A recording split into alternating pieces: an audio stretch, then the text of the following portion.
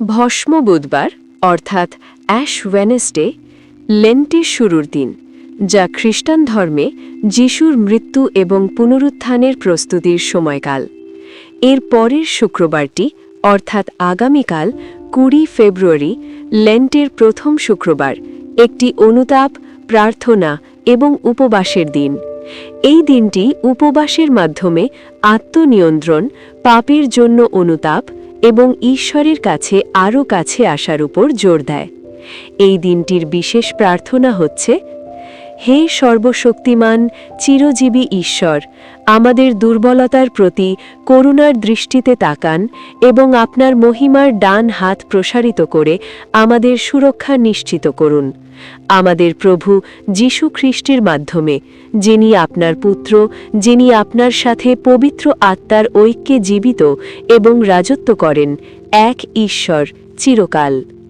এরপর আসছে অন্তর্বর্তী প্রার্থনা বা ইন্টারসেশনস।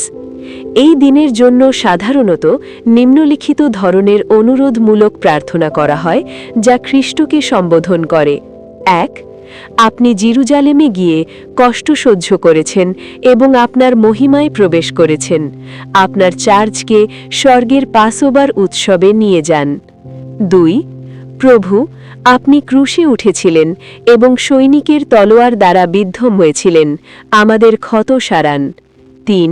প্রভু, আপনি ক্রুশকে জীবনের বৃক্ষ বানিয়েছেন, বাপ্তিস্মে পুনর্জন্মীদের তার ফল দিন। 4.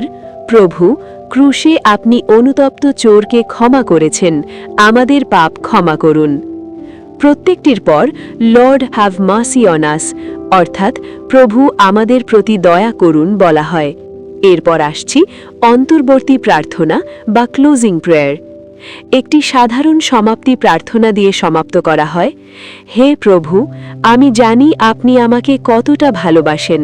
সময় সময় এটি অনুভব করা কঠিন, কিন্তু আমি জানি আপনার ভালোবাসা সর্বদা আমার সাথে। আমাকে আপনার ভালোবাসা ব্যবহার করে লেন্টের উদ্দেশ্যগুলিতে অটল থাকতে সাহায্য করুন। আমি দুর্বল, কিন্তু আমি জানি আপনার সাহায্যে এই ছোট ত্যাগগুলি ব্যবহার করে আপনার কাছে আরও কাছে আসতে পারি। আমেন।